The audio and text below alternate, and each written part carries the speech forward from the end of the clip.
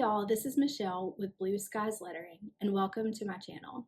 Today we're going to do a little tutorial about the best way to export your work from Procreate to be able to trace it and create your final product.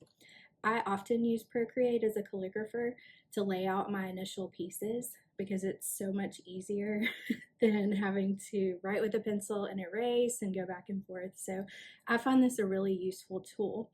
However, the first several times I tried to export and print, what was happening is my piece would come out way too large, or if I was doing a 5x7, it would take up the whole sheet of paper when I printed it. So we're just going to talk about the easiest way to get this done so you know it's going to come out the right size every time you try. Okay, so we're going to use a short little quote today, and I'm going to kind of run through how I do this process from start to finish, and then we'll go through again how to export it the way you need to. So I have my document set up as a 5x7, and my DPI and all that just really doesn't matter because I'm just using this as a base. So, and I probably don't want to do it in purple. Quick way to get black is to double tap where the black is. And then one other thing I do like to do, because I can't tell you how many times I've written on my guideline layer, I come in here and I lock my guidelines. So that way, even if I try to write on it, it won't let me. So that's a good little safety feature.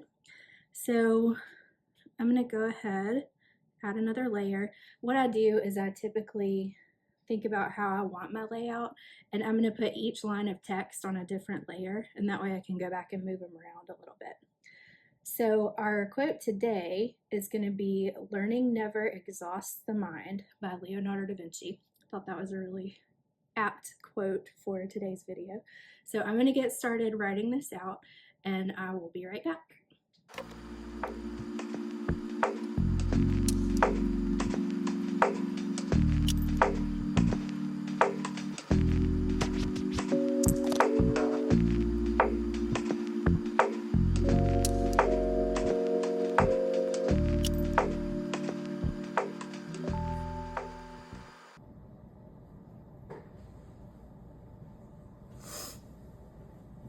Okay. So now I have my text laid out about like I want, and what I'm going to do now is export this so that when I print it out on my printer on a normal 8.5 by 11 sheet of paper, it's going to print out the right size for a 5x7. And I'm going to print a couple of different ones, and I'm going to show you the difference and why this matters. So we're going to come up here to the wrench, and we're going to do share.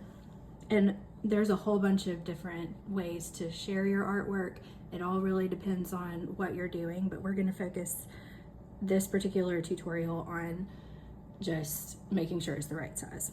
So the best way I've found is to come up here and do PDF and do best quality.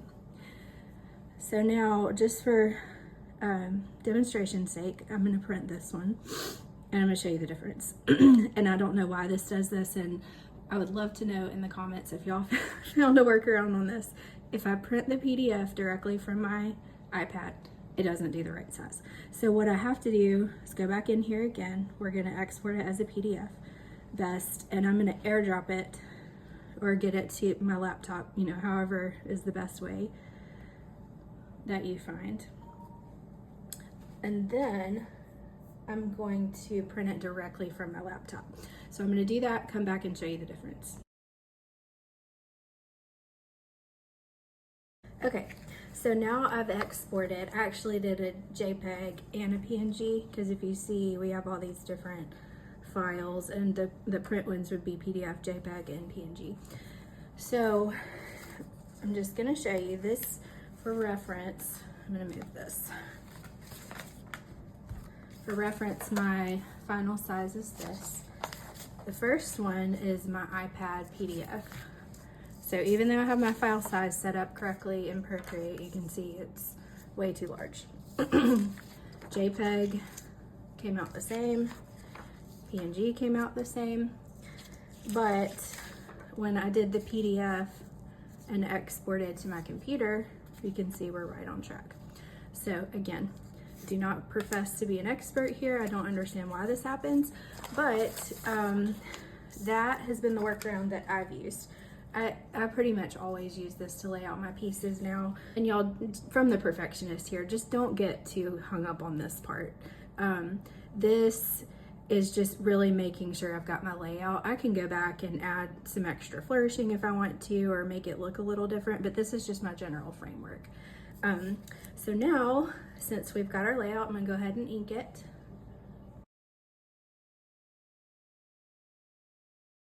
Okay, so now I got my setup here. I have my light pad. I'm gonna be honest with y'all that I have gone cheap on these things, and I've probably been through about 7. So I'm gonna be looking for a new light pad, so I'll be able to recommend one for y'all, but they're very, very convenient. This one has a couple different brightness levels. And then I'm gonna get my pretty little washi tape, and I'm just gonna try to center the best I can on here.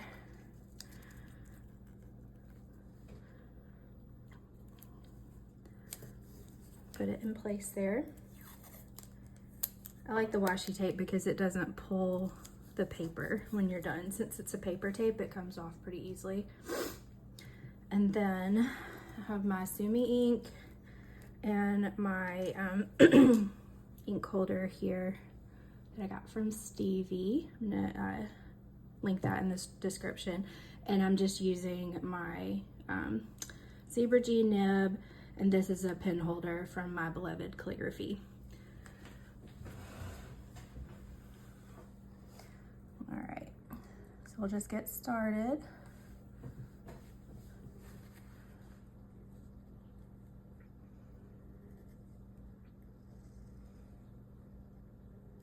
I can tell I've had a little caffeine this morning.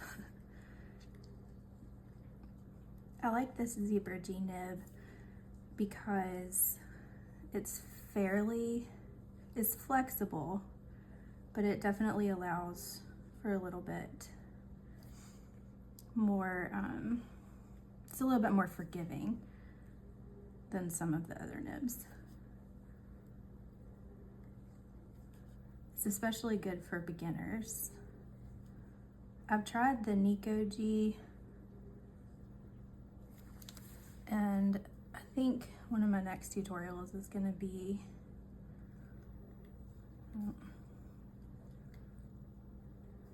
this is what happens when I try to talk and write at the same time, but one of my next tutorials I'm planning to compare some of the G nibs, because it has been a long time since I've actually looked at them, and I'd like to see. But in the past, when I compared, the Zebra just really gives a little bit extra sharpness, and I feel like I can actually get a pretty decent hairline from it.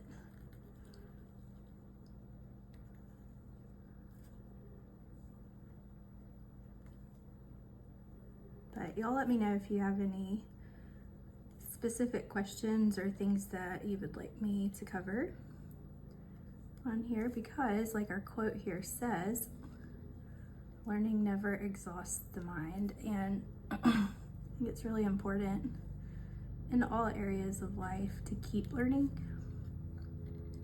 And that's one reason I actually do like doing tutorials and things like that, because it makes me research the topic, and a lot of times I learn why. I don't know about y'all. Sometimes I tend to learn the facts and not learn the reason behind it, and being able to have to turn around and explain it to other people makes me research more and understand more about the topic. What happened there is railroading. That means I wrote too long without dipping my nib into the ink.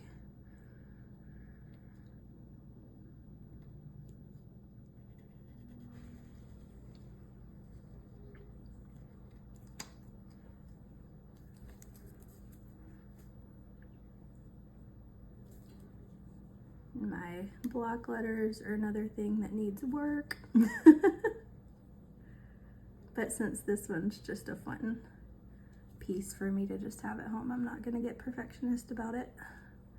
Which is very, very hard for me, but trying to learn to let go and enjoy the process. Calligraphy really is such a relaxing hobby, and it's nice that you're able to create beautiful things. It's one thing I do like about modern calligraphy, even though I tend to be a little bit more rule-minded with my modern.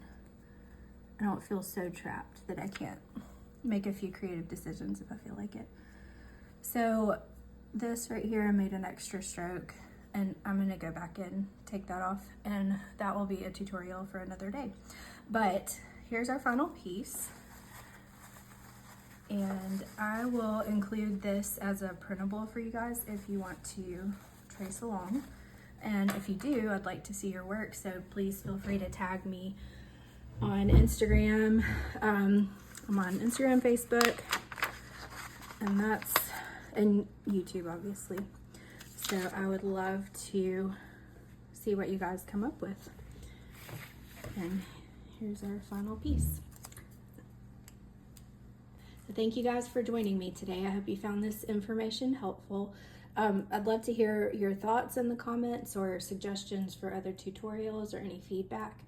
And I hope to see you next week.